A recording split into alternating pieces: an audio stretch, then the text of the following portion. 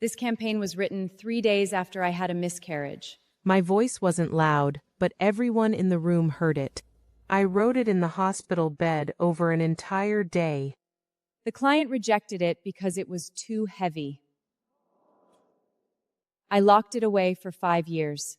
5 years later, my former intern, Emily Wilson, dug it up, put her name on it, and took an award that never should have been hers. Emily, you're 7 months pregnant. You have a baby growing inside you. You feel their heartbeat every single day. How could you feel that and still steal from a woman who lost her baby? How could you do that? Her lips trembled. She tried to speak, but nothing came out.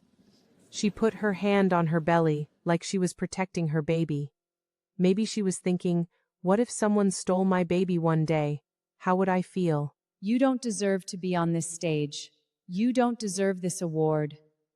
And you don't deserve to be a mother.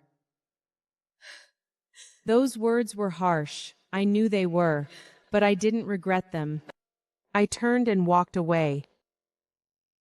3 days ago. The scratch of the pen on paper sounded like a bone snapping. The HR director slid the resignation litter across the desk to me. 3 pages. First, voluntary resignation application. Second, non-disclosure a compete clause. He told me to sign them one by one. I signed the first. I signed the second. When I got to the third, my hand froze. Zoe?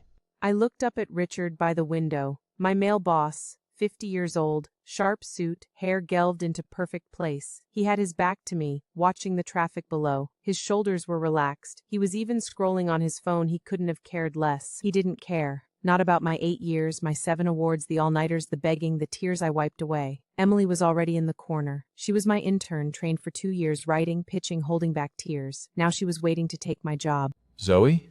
The HR director said again. I signed the 3rd page. Then I set the pen down and pulled a 4th page out of my folder. My resignation letter, page 4. I folded the paper and slipped it into my bag. It was blank except for one line, page 4 of the resignation, retained by Zoe Carter. What game are you playing? I didn't answer. I stood up, grabbed my bag, and paused when I passed Emily. She wouldn't look at me, her eyes fixed on the floor. Emily, you're gonna regret this. My name is Zoe Carter, 38, creative director. 8 years at this company. I trained interns. My name was on over 100 commercials, but never the partner list. I trained 8 left for bigger agencies, 3 became directors, and 1 took my chair. The company is going through a youth transformation. Your salary is high, and we need to make room for new talent. He didn't say you're too old or you're too expensive, but every word said, you don't belong here anymore. Can Emily handle my workload? She has a lot of potential. I wasn't fired. I was pushed out. The point was, someone wanted her to. Not Richard. Someone above him. The CEO who never met me couldn't pronounce my name. They thought I didn't know. Thought I'd cry, go home, and disappear. But they didn't know about my page 4. After I quit, I didn't look for another job. I opened that encrypted USB. It contained every original draft I wrote in 8 years. Every sketch timestamped, my signature and fingerprint. I'd been doing this since trust the company, not because I didn't trust this industry. This industry views women differently. Young means fresh talent. Older equals high costs. I can't tell the dividing line. It could be age 30. Or the moment you ask for a pay raise. I sorted drafts by earlier and worked to my 8th year award campaigns. Totally 127 finished ideas. One of them, from my 5th year, was rejected. It was called Turn Back Time for a baby brand. I wrote it in the hospital bed, 3 days after a miscarriage. I was 33. My baby left before I could name them. I spent 3 days in the hospital, thinking if I could turn back time, what would I do? Not to keep the baby, but to say goodbye properly. That campaign. The client said it was too heavy and passed on it. The company sealed it off. I knew in 5 years someone would claim my work, steal my award. I know this industry and these people all too well. 3 weeks after I quit, I saw the news. Emily, my former intern, was nominated for the annual Creative Award. Her nominated work, Turn Back Time. I stared at my phone, fingers ice cold. Not surprised. I'd known. I knew she'd steal. The company would let her. The industry allows it. I just didn't know how much it would hurt. It was a pain in my bones. Not anger. Sorrow. Sorrow that the thief was a woman I trained, a woman I helped, and she stole my baby. That campaign I wrote in the hospital bed about losing a child. Original drafts, dates, signatures, timestamps. Anything that proves you had it first. I called my lawyer friend Lynn. I have all of that. Then what are you waiting for? I'm waiting for her to win. If I sue now, she'll just be disqualified. If I wait until she wins, she'll fall harder. Zoe, you're the scariest woman I've ever met. Thank you. That wasn't a compliment. I know. Thank these. I didn't tell anyone what I was planning. I lived like a normal person. But there was only one thing on my mind, the awards ceremony. 3 months later, I wore a black dress and sat in the very back row of the auditorium. No one recognized me. All my former colleagues were up front, toasting each other with glasses of champagne. Emily sat in the front row in a red dress, her belly even bigger. Richard sat next to her, sharp suit, hair still perfectly glow. He whispered something in her ear, and she laughed. That laugh, I'd seen it before. It was the laugh of a winner. The annual Creative Award goes to Turn Back Time by Emily Wilson. The room erupted in applause. Emily stood up, and Richard hugged her. She walked up to the stage, took the trophy, and stood in front of the microphone. She cried. Were her tears real? Fake? I didn't know. Thank you to the company. Thank you, Richard. Thank you to my team. I wrote this idea while I was pregnant, and I want to dedicate it to my baby. Someone in the audience cried. I stood up from the back row. No one noticed me. I walked to the tech booth and plugged my USB drive into the projector. The screen cut to my slides. The first draft appeared. Yellowed notebook paper, a drawing of a mother and a child, a dotted line between them. Date, exactly 5 years ago today. Signature, Zoe Carter. The room went dead silent. Second screed, the full Turn Back Time campaign. Title, structure, core idea, every single line of copy. Date, 5 years ago. Signature, Zoe Carter. The room went dead silent. Second screed, the full Turn Back Time campaign. Title, structure, core idea, every single line of copy. Date, 5 years ago. Signature, Zoe Carter.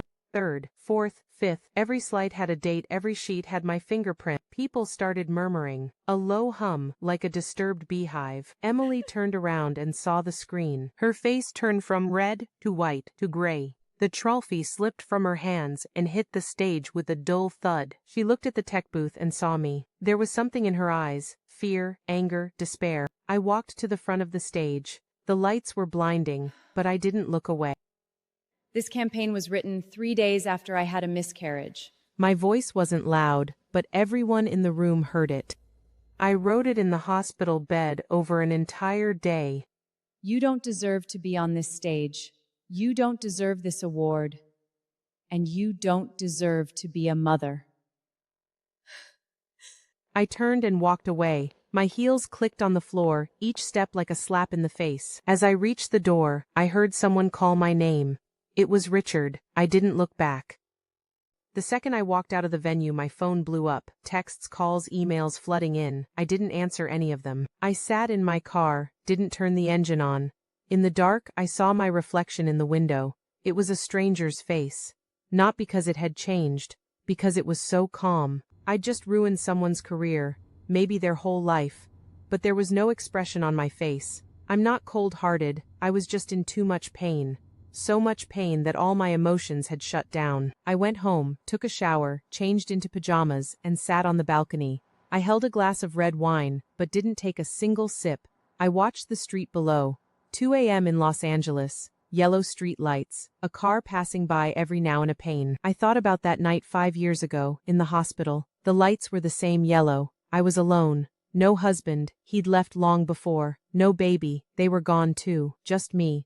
And a piece of notebook paper. I wrote Turn Back Time on that paper. When I finished, I folded it and put it under my pillow. That night I dreamed about my baby. In the dream they were 20 years old, standing in front of me, smiling. Mom, I don't blame you. My phone lit up. It was a text from Emily. Only 2 words. I'm sorry. I didn't reply. Sorry wasn't enough. It wasn't just an idea. It was my baby. She'd built her trophy out of my baby's bones. I flipped my phone face down on the table. The next day, the news exploded. Ad industry shaken. Creative director exposes former intern's plagiary live at awards show. Headlines got more and more dramatic. My name was treading on social media. People were bashing Emily, bashing Richard, bashing the company. Some people were bashing me. saying I was too cruel, that I shouldn't have humiliated a pregnant woman in front of everyone, that she made a mistake. You don't have to ruin her life. The world always works like this. The person who gets hurt is supposed to be the bigger person. The person who hurts them is supposed to be forgiven. I don't forgive, not because I'm petty, but because some things, if you forgive them, you're betraying yourself. Zoe, the company wants to settle. What's their offer? $500,000, a public apology, restore your credit on the campaign. Not enough. What do you want? I want Richard fired. I want the company to release original drafts for all their award-winning work, and I want Emily banned from ever winning another industry award. Lynn was quiet for a second. First one's possible, second is hard. Third, you're trying to ruin her. She ruined 8 years of my life. I'm ruining one award for her. Is that too much?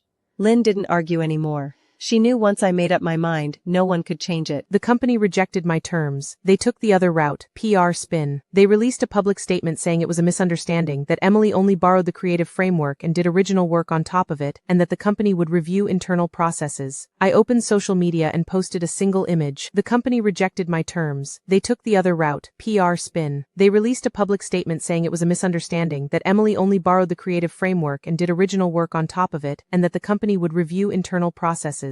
I opened social media and posted a single image, a side-by-side comparison of my original draft and Emily's final campaign. Mine on the left, hers on the right. Identical. Same title, same structure, same core idea, even the same punctuation in the copy. That wasn't borrowing. That was copy-paste. She didn't even change the formatting. That post was shared 100,000 times. More people took my side. Someone dug up all of Emily's award-winning work from the past 2 years and compared it to my drafts. Turned out, 4 out of her 6 awards were stolen from me. Public opinion completely flipped. The company panicked. They pulled their first statement and released a new one. This time, the tone was completely different. My credit was restored. The settlement money hit my bank account. But I wasn't happy, because I knew this wasn't justice. This was PR. They didn't have a change of heart. They just couldn't stop the backlash. Emily was gone today, but someone else would take her place tomorrow. Unless someone changes the rules. I started thinking, what can I do? Not revenge. Not just fighting for myself, but change. Make sure every creative knows from the first day they pick up a pen, this is yours. No one can take it from you. I spent 2 months starting my own company. I named it Page 4. Our business, Creative Rights Protection. We help creatives get back what's theirs when their ideas are stolen, their names are erased, their work is uncredited. Our first client was a designer named Karen. She walked into my office clutching a USB drive so tight her knuckles were white. I've been doing this 4 years, over 100 logos, not a single one has my name on it. Every time I asked, my boss said the company owns the intellectual property. I had no proof, no timestamps, nothing to show it was mine. Why? Do you have the original files? Yes. All on my personal laptop. When I quit, my boss made me leave the company laptop. I said, no, this is mine. He said, fine, delete all the files. I said, okay, and deleted them right in front of him. Then what's on your USB drive? She smiled, that smile that says you think you won, but you lost. I deleted ones on the desktop. I have a backup on this drive. Oh, you're the smartest client I've ever had. I'm not smart.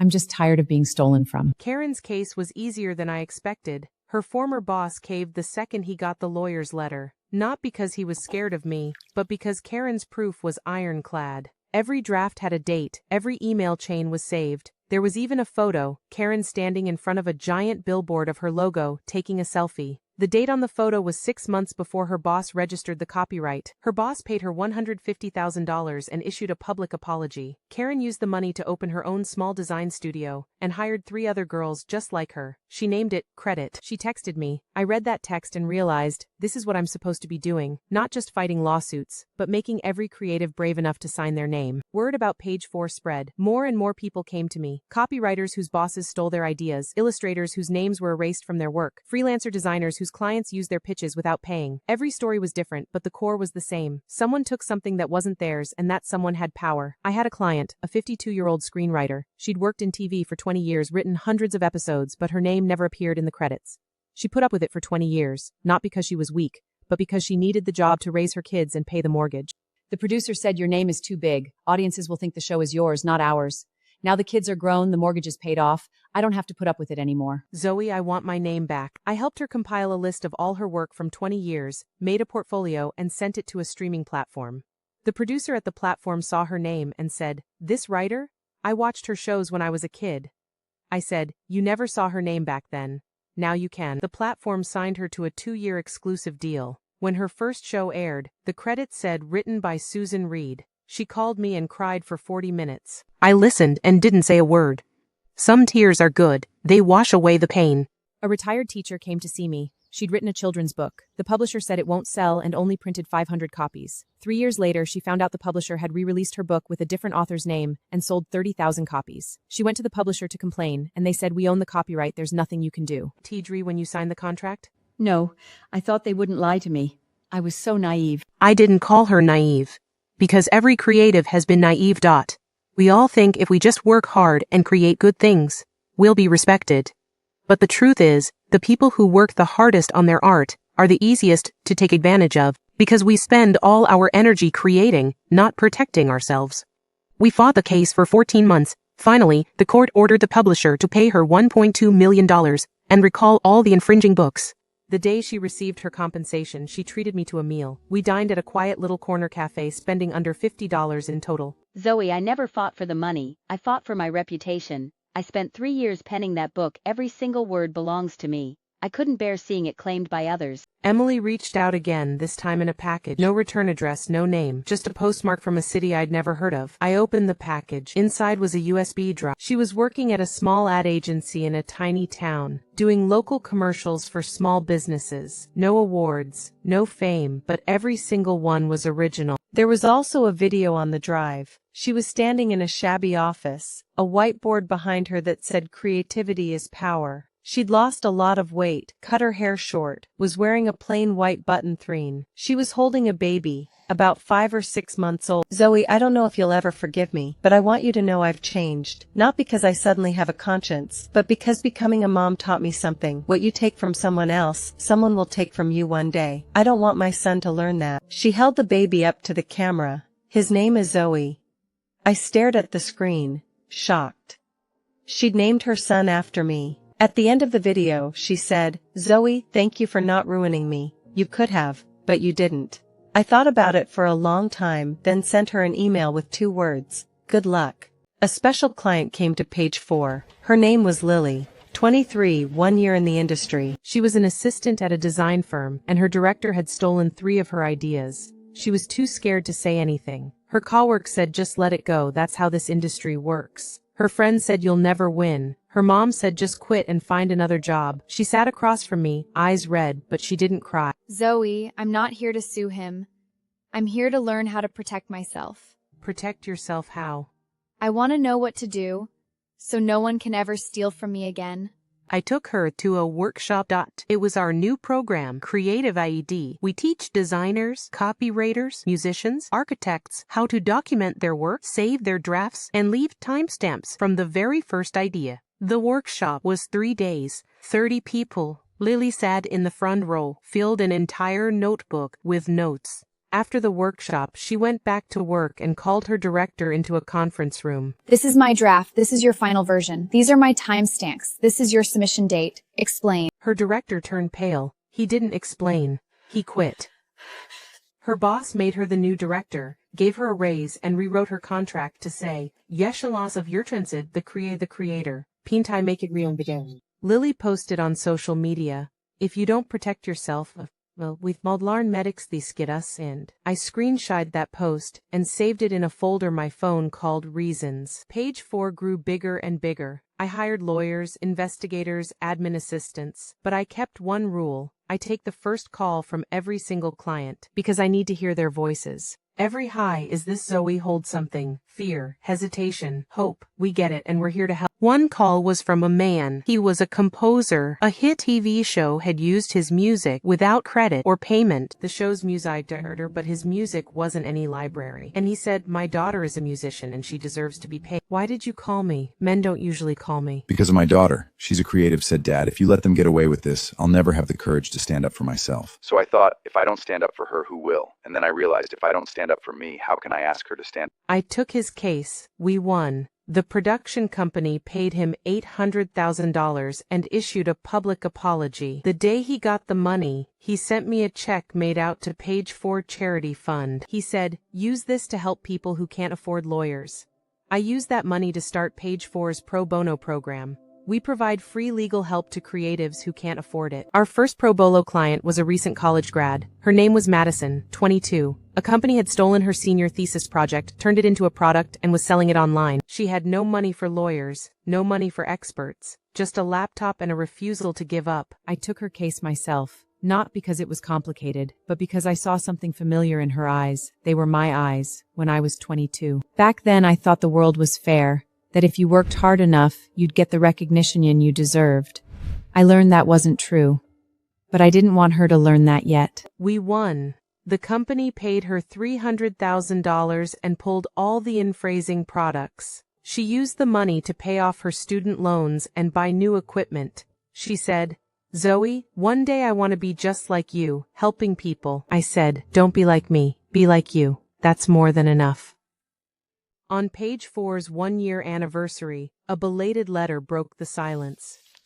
After he was fired, he'd gone to another ad agency as VP, but he only lasted 8-month issues. Now he's a consultant at a tiny firm making a third of what he used to. The letter said, "Zoe, you know what? You won. You ruined all of us. I didn't ruin you. You ruined yourselves." I put the letter back in the envelope and put it in my desk drawer. That drawer holds my drafts, Emily's USB drive, Karen's logo photo, Susan's scripts, the teacher's book, Lily's notes, Madison's thesis. That's my page 4. Not a piece of paper, a movement. People ask me why I named the company Page 4.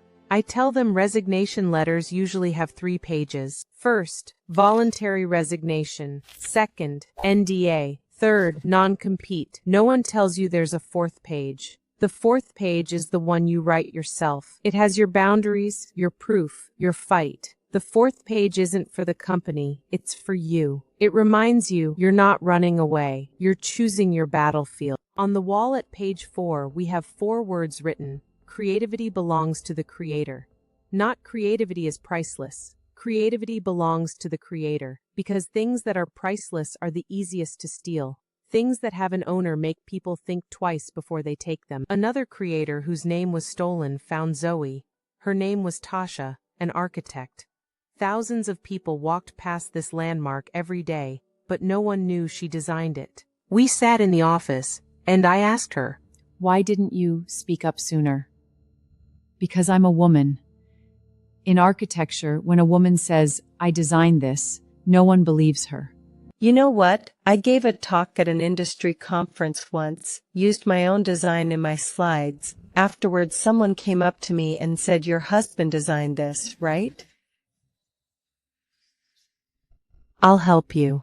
We fought the case for 8 months. They hired the best law firm, had a budget 100 times ours. I presented every single draft Tasha had written in 8 years, photos of her models, her design notes, every version history, every single document had a date, every single one had her signature.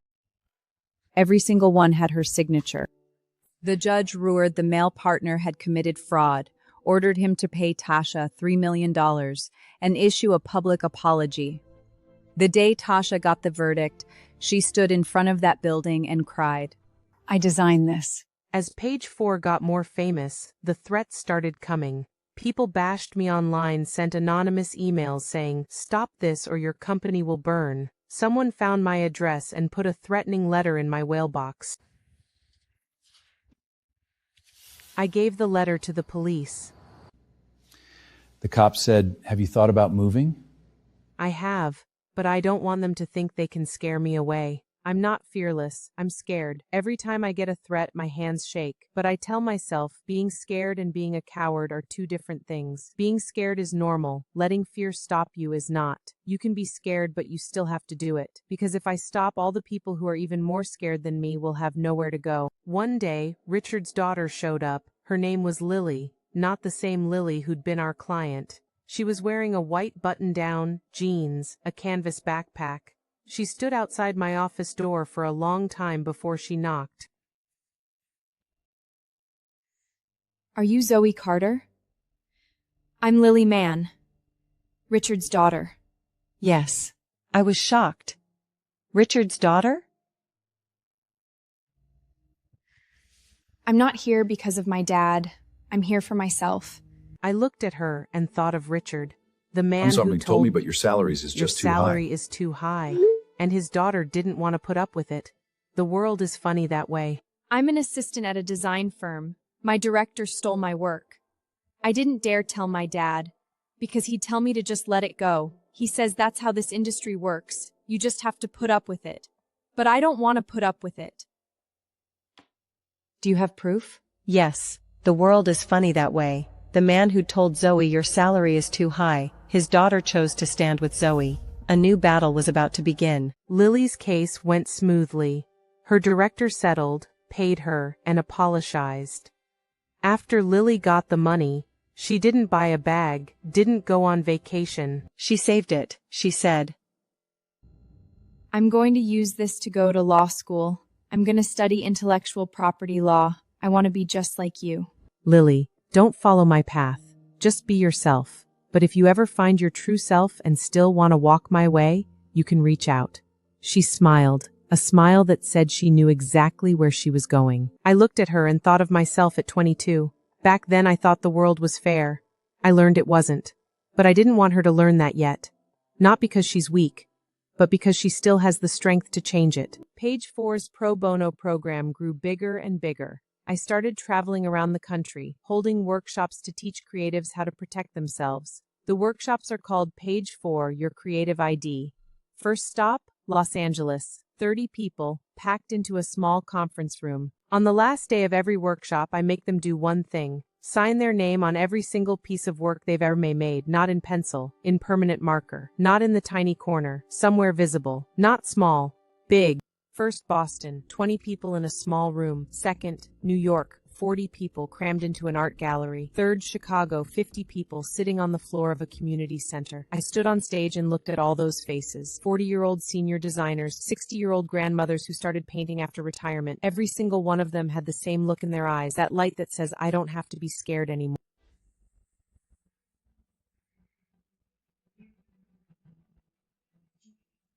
Make them see your name.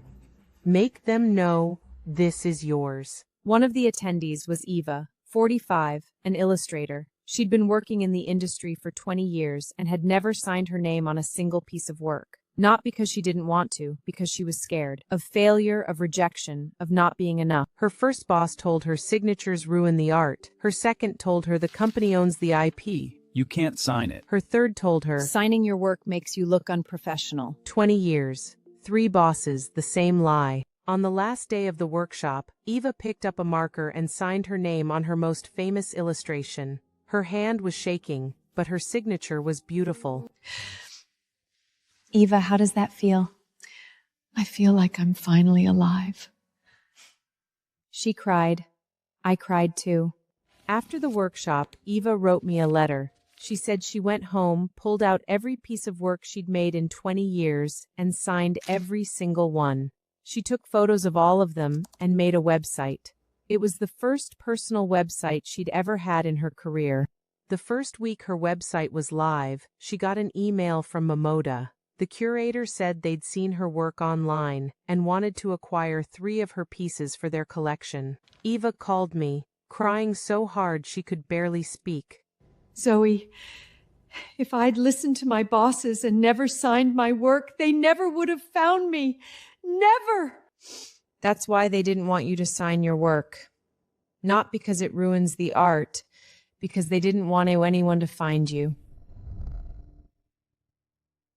Word about Page 4 spread overseas. I started getting emails from all over the world, a copywriter in London, a designer in Tokyo, an architect in Sydney. All of them had the same problem. Their ideas stolen, their names erased, no one to help them. I wanted to go, but I couldn't be everywhere at once. Lily Richards' daughter graduated from law school. She passed the bar and got her license. She walked into my office in a black suit, hair pulled back, looking more professional than I did at her age. Zoe, I graduated. Congratulations. I'm coming to work for you. Are you sure? What does your dad say? My dad says I'm crazy. But I didn't ask him. Okay. Start as an associate. I'm not starting as an associate. I want to be a partner. I looked into her eyes. They were shining. I'd seen that light before. In Emily's eyes, in Eva's eyes, in the eyes of every mom, in the eyes of every woman who'd stopped being silent. Okay, partner. The first thing Lily did as partner was help me build an international network. We found lawyers in London, Tokyo, Sydney, the Seer International woman. Every single one was a woman. Every single one had had her work stolen. They weren't just doing business. They were doing the same thing we were, making thieves pay. The day we launched Page 4 International, Lily and I stood by the window looking out at the city. Zoe, do you think we can change this industry? No. Then why do we keep doing it? Because even if we can't change it, we can make it hurt to steal. Lily didn't say anything. She looked at me like she was seeing me for the first time. Zoe, you're the toughest person I've ever met. Thank you. That wasn't a compliment. I know. I don't need compliments. I need justice. On Page 4's 3rd anniversary, I got an unexpected gift. It was from Richard, a box containing his resignation letter from his last job. He left a letter for me, 1 page. It said, "I resign, because I don't want to be that guy anymore." I put that letter in my desk drawer, with my drafts, Emily's USB, Karen's photo, Susan's scripts, the teacher's book, Lily's notes, Madison's thesis, Margaret's poem. That drawer is full of stories. Every story is proof that someone stood up and stopped being silent. One day, I saw a familiar name on social media. Emily Wilson. She posted, "Today my son asked me, Mom, but I changed, because of him." The photo was of little Zoe standing in front of a drawing he'd made. It said, "Mommy, I love you," in wobbly letters. I liked the post. It was the first time I'd ever interacted with her online. Not because I forgave her, but because a child shouldn't have to pay for their mother's mistakes. And that child's name is Zoe. Page 4 got a very special case. Not a creative being stolen from. A company. A small design firm founded by 3 women. A big competitor had stolen their entire brand identity and their core product designs. The competitor had deep pockets, hired the best lawyers, and was trying to bleed them dry with endless court dates. When the 3 women came to me, they had less than $100,000 left in the bank. They said, "Zoe, we're not doing this for the money. We're doing this to survive. If we lose, we close. And if we close, every other small firm run by women will get eaten by the big guys." I didn't charge them. I took Lily and the whole team and we fought the case for a full year. That year, I almost went broke paying legal fees, but I didn't stop because I knew if I stopped, they'd be gone. We won. The competitor was ordered to pay them $5 million and issue a public apology. The 3 women used the money to expand their firm and hire more female designers. They named their firm Clover, 3 leaves, 3 women. They sent me a t-shirt that said Page 4X Clover. I wore it to the office. Lily saw it and laughed. Zoe, you finally wore something that's not black. This isn't clothes. This is armor. I did the bravest thing I've ever done. I released all my draft them. Anyone can use them. All 127 campaigns for free on one condition. You can't claim them as your own. Emily came back. This time, not a USB drive, not a video, in person. She'd aged, not just older, tired. She was holding a little boy's hand, about 5 or 6 years old, sitting. I came to tell you something. I got divorced. I have full custody of my son. I work at a small agency now. I haven't stolen anything from anyone since. I know. I wanted to say I'm sorry, not because I need you to forgive me, but because I want you to know I've changed. I looked at her for a long time, then looked at the little boy. What's his name? Zoe. I know. What's his full name? I never forgave Emily, not because I wouldn't, but because some things don't need forgiveness. Zoe Carter Wilson. I was shocked. She'd given him my last name as his middle name. Because I want him to remember, his mom made mistakes, but she changed. And the reason she changed was a woman named Zoe Carter. It happened. It's over. It left a scar. Scars don't go away, but they stop hurting.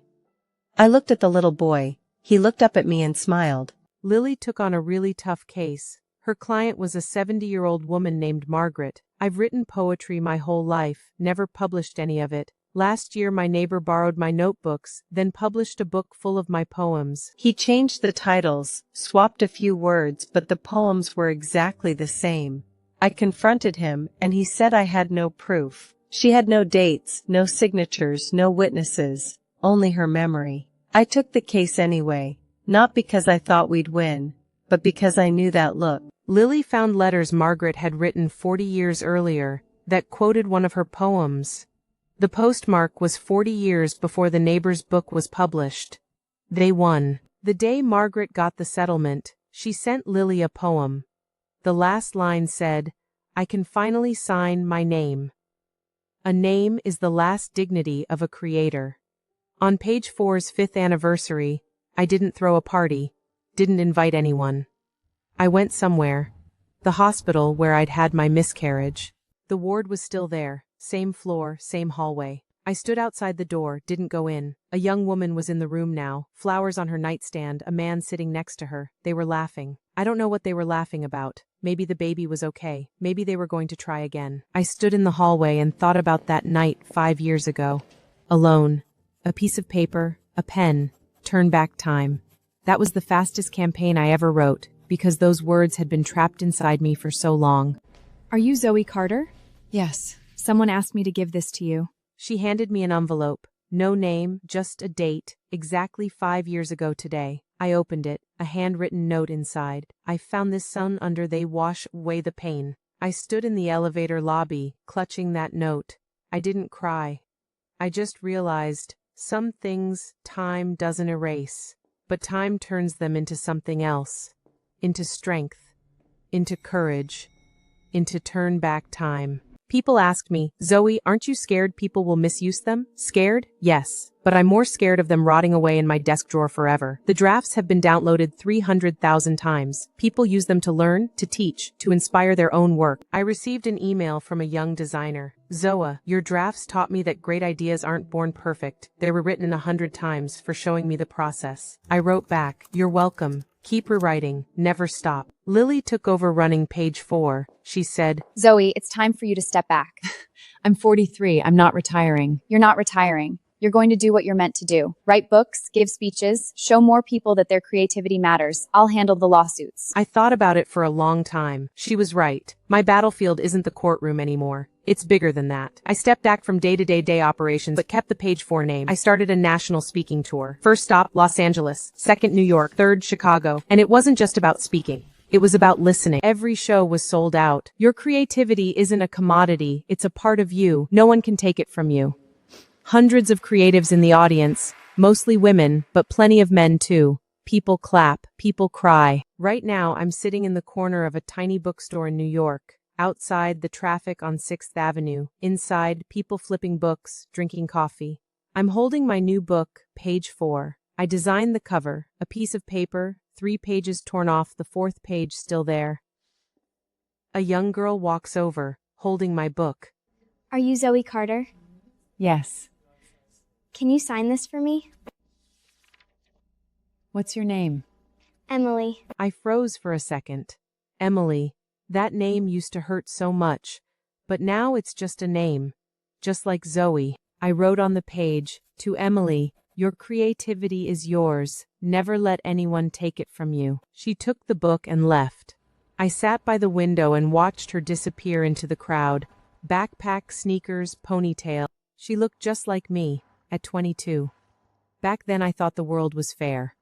She'll learn it's not. But she'll also learn you can change it. One person at a time. One voice at a time. One no at a time. My phone lit up. A text from Lily. "We won our 17th case today. The client wants to take you out to dinner." I texted back. "Tell her no dinner. Tell her to go help the next person." I put my phone down and opened to the first chapter of page 4. The first line says, "My name is Zoe Carter. When I was 38, someone stole the most important thing from me, but I took it back." I thought about Eleanor, the old woman who made videos from the top of Machu Picchu. She taught me something. You don't have to wait until you're 60 to start living for yourself. I closed the book, stood up, and walked out of the bookstore. The streets were full of people rushing by. No one knew who I was. No one knew I'd stood on that stage and exposed a thief. No one knew I'd helped hundreds of creatives get back what was theirs. No one knew my story. But that's okay.